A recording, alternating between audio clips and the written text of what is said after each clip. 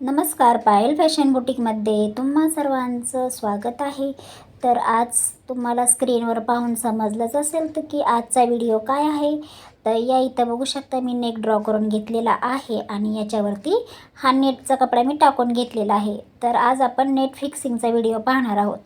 तर तुम्ही काय करा, व्हिडिओ शेवटपर्यंत पहा, कुठे स्किप न करता व्हिडिओ पूर्ण पहा, म्हणजेच तुम्हाला ज्या मी छोट्या मोठ्या टिप्स सांगत असते त्या तुम्हाला समजतील आणि तुम्ही इझिली हे वर्क करू शकता. तर आपण नेट फिक्स करायसाठी आपण ह्या पिन्स घेऊयात. जर तुम्ही टेलरिंग काम करत असताल तर तुमच्याकडे ह्या नक्कीच अवेलेबल असतील.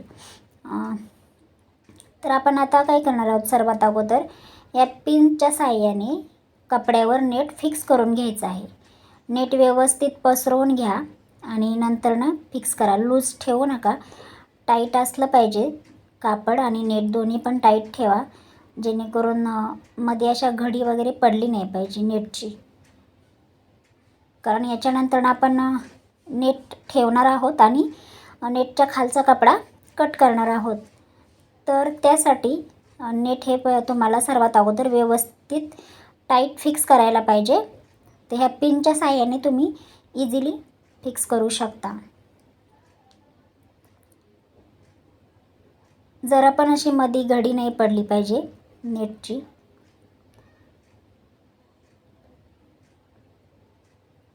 तर मी या प्रकारचा नेट घेतलेला आहे. तुम्ही कोणत्याही प्रकारचं घेऊ शकता. एवढंच की जास्त असं लुसलुशीत घेऊ नका, थोडासा तरी टाईट असला पाहिजे तो नेट. तर आता आपलं हे नेट फिक्स करून झालेलं आहे आणि आपण आता जी मार्किंग केलेली आहे गळ्याची, याच्यावरती सुरुवातीला काय करायचं आहे, आपण याची चेन स्टिच करून घेणार आहोत. तर बघू शकता सर्वात अगोदर की मी कशा प्रकारे नेट फिक्स केलेलं आहे. खूप सोपं आहे, अजिबात अवघड नाही आहे. एवढंच की तुम्ही लक्षपूर्वक बघा आणि घरी बसून शिका. तर त्यासाठी सुरुवातीला आपल्याला एक तारची सुई लागणार आहे आणि जरी धागा लागणार आहे आपल्याला, कारण चेन स्टिच करायची आहे ना, तर त्यासाठी आपल्याला जरी धागा लागणार आहे. तर आता या इथून मी स्टार्ट करते. सुरुवातीला बॅक टाका टाकून घेते आणि चेन स्टिचला स्टार्ट करूया. तर जे आपण मार्किंग केलेलं आहे त्याच्यावरतीच आपल्याला हे चेनचे टाके टाकत जायचं आहे. तर मी जे मार्किंग केले तो एक साईडनी थोडासा पुढे गेलेला आहे आणि एक साईडने थोडंसं मागं राहिले, म्हणजे थोडंसं क्रॉस मार्किंग झालेलं आहे माझ्याकडून. तर काही हरकत नाही आहे, कारण हे वर्क मी ब्लाऊजवर नाही करत आहे, त्याच्यामुळे मी ते तसंच ठेवलं आहे. तर बघू शकता व्यवस्थित असं आपलं ते मार्किंग आहे, त्याच्यावरती आपण चेन स्टिच करत जायचं आहे. तर मी काय करते आता, वाईज थोडंसं आणखीन पुढे घेते आणि मग चेन स्टिच पूर्ण करून घेतल्यावर पुन्हा नेक्स्ट स्टिचला आपण सुरुवात करू, कारण पूर्ण हेच करायचं आहे. तर त्यात सांगण्यात काही वेगळं काही सांगण्यासारखं आहे नाही, त्याच्यामुळे आता चेन स्टिच मी हे बघा पूर्ण तयार करून घेतली आहे. आता नेक्स्ट स्टिच कोणती आहे ती मी तुम्हाला सांगते. तर आता चेन स्टिचवरच आपल्याला इथं काय करायचं आहे, झिगझॅग मार्कन करायचं आहे. तर झिगझॅग मार्कांचा व्हिडिओ चॅनलवरती अपलोड आहे, तर तो तुम्ही जाऊन पाहू शकता की कशा प्रकारचा आहे. नसेल पाहिला तरी इथंही पाहू शकता की कशा प्रकारे आपलं हे झिगझॅग मार्कन करत आहे. एक स्टिच चेनच्या या बाजूला घ्यायची आहे, एक स्टिच चेनच्या त्या बाजूला घ्यायची आहे, म्हणजेच झिगझॅग पद्धतीनं करायचं आहे. आणि जेव्हा तुम्ही हे झिगझॅग मार्कन करताल तर त्यावेळेस काय करा, जे आपलं नेटचं जे होल आहे त्या होलातच ही स्टिच घ्या. जर तुम्ही नेटचा जो धागा आहे त्याच्यावर घेताल तर नेट फाटण्याची शक्यता असते, त्याच्यामुळे व्यवस्थित आणि सावकाश पद्धतीने तुम्ही हे स्टिच तयार करा.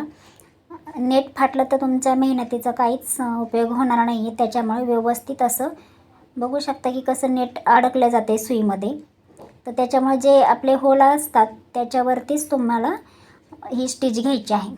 तर आता आपण ही मार्कन पूर्ण करून घेऊया पूर्ण, आणि नंतर बीड्स घेऊया, शुगर बीड्स. तर या इथं पाहू शकता मी तुम्हाला परत थोडंसं दाखवत आहे, कारण काय, जर तुमचा नेट जर लूज झाला असेल तर तुम्ही काय करायचं आहे, ते सुईच्या साहाय्याने थोडंसं नेट असं आत घ्यायचं आहे, म्हणजे जर आपलं नेट लूज असेल ना तर त्या ठिकाणी ते फिक्स होऊन जाणार आहे. म्हणजे अवघड असं काहीच नाही आहे, एकदम सोपं आहे. जरी नेट लूज झालं तरी तुम्ही या पद्धतीने ते तयार करू शकता. तर आता आपण हे मर्कन पूर्ण तयार करून घेतलेलं आहे आणि आता आपण काय करणार आहे, शुगर बीड्स यूज करून नेट फिक्स करायचं आहे. तर लगेच आपल्याला नेट कटिंग करायचं नाही आहे. अजून थोडंसं आपण याच्यावरती स्टिच करत जाऊया, म्हणजे 1-2 स्टिच अजून करूया आणि मगच नेट कटिंग करूया. तर स्टार्टिंगला आता काय करायचं आहे, झिगझॅग मर्कन झाल्यानंतर ना जे आपले शुगर बीड्स असतात ते घेऊन आता आपण स्टिच करायला सुरुवात करूयात. तर नेहमीप्रमाणेच 2 किंवा 3 मणी सोडायचे आहेत आणि आपल्याला टाके टाकत जायचं आहे. तर आता ही पूर्ण नेकवरती मी काय करणार आहे, पूर्ण नेकवरती आता शुगर बीड्सचाच वापर करणार आहे.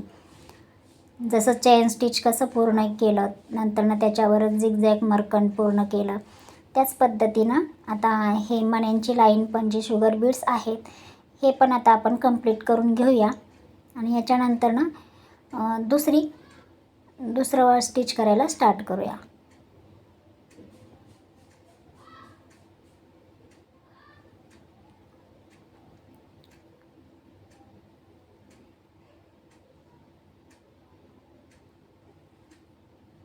तर कोपरे जर आले ना तर कोपऱ्यावरती व्यवस्थित आपल्याला स्टिच करायचं आहे, जेणेकरून आपले जे कोणी आहेत ते व्यवस्थितरित्या आले पाहिजेत.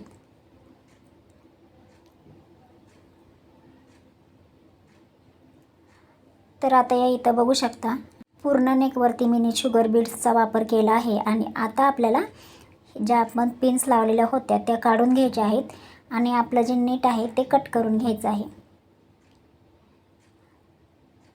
नुसते आपण चेन स्टिच करून आणि झिगझॅग मर्कन करून लगेच कट नाही करायचं, कारण कधी काय होतं, नेट निघण्याची शक्यता असते. मग आपलं पूर्ण ते डिझाईन जे आपण तयार केले आहे ते पूर्ण खराब होणार. त्यासाठी नेटला थोडंसं शिल्लकच ठेवायचं, एकदम कट टू कट कटिंग नाही करायचं. म्हणजे आता आपण जे बी बीड्स वापरू किंवा स्टोन चेन जर तुम्हाला वापरायची असेल तर ती जरी वापरली तरी त्याच्या खाली पण ती नेट राहणार आणि मग काय होणार, ते नेटला थोडासा तरी आणखीन सपोर्ट भेटणार.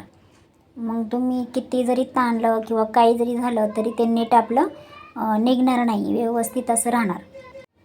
तर आता या इथं जे थोडंसं मोठं जास्त वाटत आहे तर ते कट करून काढत आहे, नाहीतर मग ते बाकीचं मी तसंच ठेवणार आहे.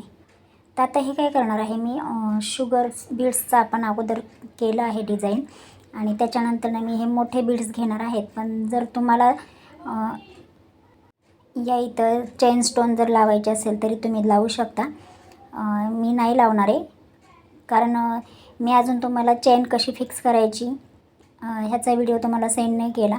तर मी 1-2 दिवसात त्याचा व्हिडिओ पण तुम्हाला सेंड करेल की कशा पद्धतीने स्टोन चेन फिक्स करायची. तर ते न वापरता मी या इथं हे आपले जे मोठे बीड्स आहेत ते यूज करणार आहे. तर ते पण आपल्याला पूर्ण गळा जो आहे आपला त्याच्यावरती लावून घ्यायचा आहे आणि मग आपलं नेट ना झाकून जाणार पूर्ण, अजिबात असं ते नेट दिसणार नाही बाहेर आणि नेटला पण चांगला सपोर्ट राहणार मण्यांचा त्या.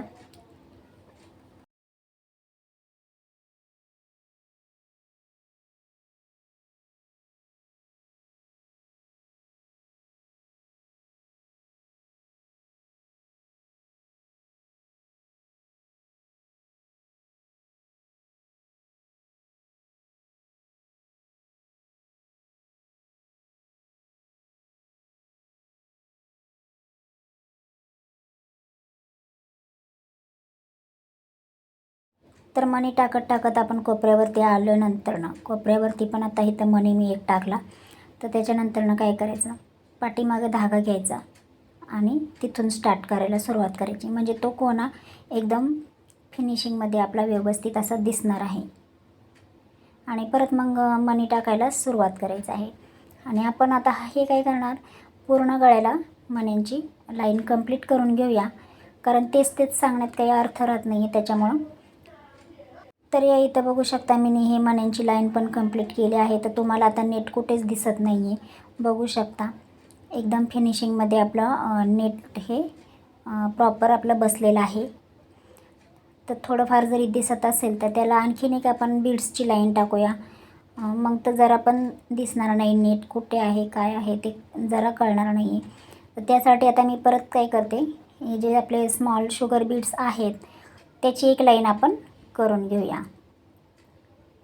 आणि जेव्हा ब्लाऊजवरती वर्क करताल ना त्यावेळेस तुम्ही तुमच्या चॉईसनुसार कोणतीही डिझाईन तयार करू शकता.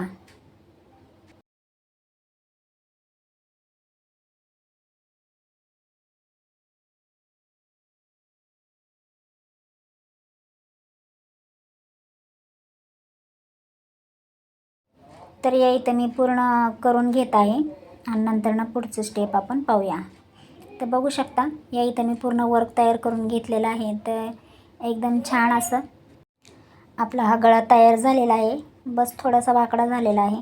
तर त्याच्यानंतर आता काय करायचं आहे, तर आपण आता हे रिंग उलटी करून जो आपला सफेद कपडा आहे तो आपल्याला एकदम सावकाश आणि अलगद म्हणजे खूप इथं केअरफुल राहायचं आहे तुम्हाला कट करताना. कारण काय आहे की नेट जरा पण आपलं कट नाही झालं पाहिजे. तर जास्त अवघड हेच वाटेल कारण कपडा पण खूप टाईट आहे आणि नेटचा कपडा पण खूप टाईट आहे. त्याच्यामुळं मग ते दोन्ही एकदम चिकटलेले असतात. तर व्यवस्थित असं अलगद हाताने आपल्याला हळूहळू हे नेट कट म्हणजे नेट नाही कापड कट करायचं आहे. आणि जे आपण मर्कन केलेलं आहे झिगझॅग मर्कन, तो धागा कट बिलकुल झाला नाही पाहिजे. एकदम व्यवस्थित असं साईडने आपल्याला कटिंग करून घ्यायचं आहे. इथं खूप काळजी घ्यावी लागणार आहे तुम्हाला. तुम्ही बघू शकता मी कशा प्रकारे कट करत आहे. आणि जरी थोडाफार कपडा राहिला तरी काही हरकत नाही, त्याचं पण मी तुम्हाला पुढे सांगते की काय करायचं आहे. जितकं तुम्हाला जमेल तितकं तुम्ही व्यवस्थितरित्या हे कापड आपलं कट करा. आणि ते तर घाई करून तुम्हाला चालणार नाही, एकदम सावकाश असं तुम्ही ते कटिंग करा. नाहीतर काय होणार, जी तुम्ही खूप मेहनत केलेली असते डिझाईन तयार करण्यासाठी आणि मग ती सगळी तुमची मेहनत पाण्यात जाईल. तर त्यासाठी खूप सावकाश असं इथं तुम्ही काम करा.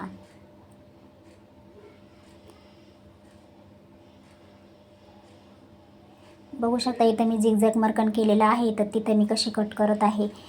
बिलकुल असं आपला तो धागा कट नाही झाला पाहिजे.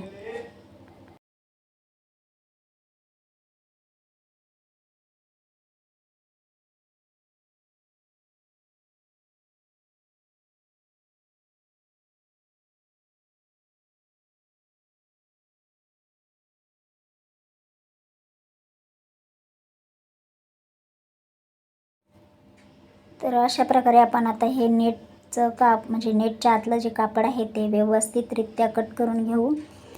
तर तुम्हाला व्हिडिओ कसे वाटतात, व्हिडिओ आवडत असतील तर लाईक शेअर सबस्क्राईब नक्की करा आणि व्हिडिओला संपूर्ण पाहत जा, स्किप न करता पाहत जा. म्हणजे ज्या काही छोट्याशा टिप्स असतात त्या खूप युजफुल असतात. तर त्या नक्की तुम्हाला समजत जातील. तर ते आवर्जून तुम्ही व्हिडिओ पूर्ण पहा, जरा पण स्किप न करता पहा. जर आरी वर्क शिकायची जर तुमची खूपच इच्छा असेल ना तरच.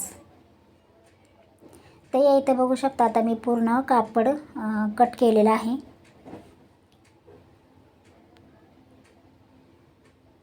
तर बघू शकता थोडंसं धागे दिसत आहेत. तर ह्याचा पण आपण इलाज करूया की याचं काय करायचं.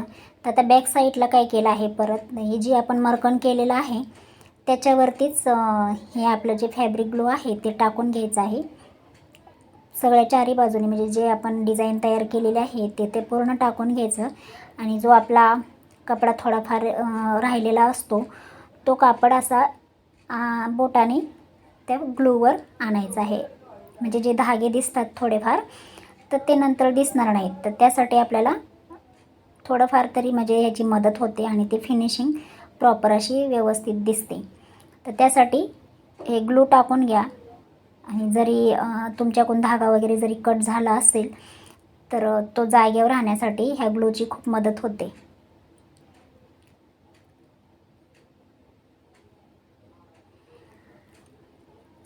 तर आजचा व्हिडिओ तुम्हाला कसा वाटला ते तुम्ही मला कमेंट करून नक्की सांगा. आणि व्हिडिओ आवडला असेल तर लाईक शेअर सबस्क्राईब नक्की करा. याच्यानंतर मी तुम्हाला ह्या गळ्याच्या मधोमध डिझाईन कशी तयार करायची ते तुम्हाला नेक्स्ट व्हिडिओमध्ये सांगते.